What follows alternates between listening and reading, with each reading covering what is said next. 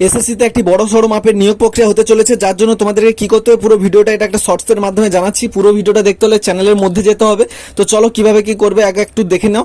তোমাদেরকে কি করতে হবে, প্রথমত কম্পিউটারে এসে তোমাদের সার্চ করতে হবে ssc.gov.in এ। সার্চ করার পরে ফার্স্ট যে ওয়েবসাইটটা দেখতে পাবে সেটাতে ক্লিক করতে হবে।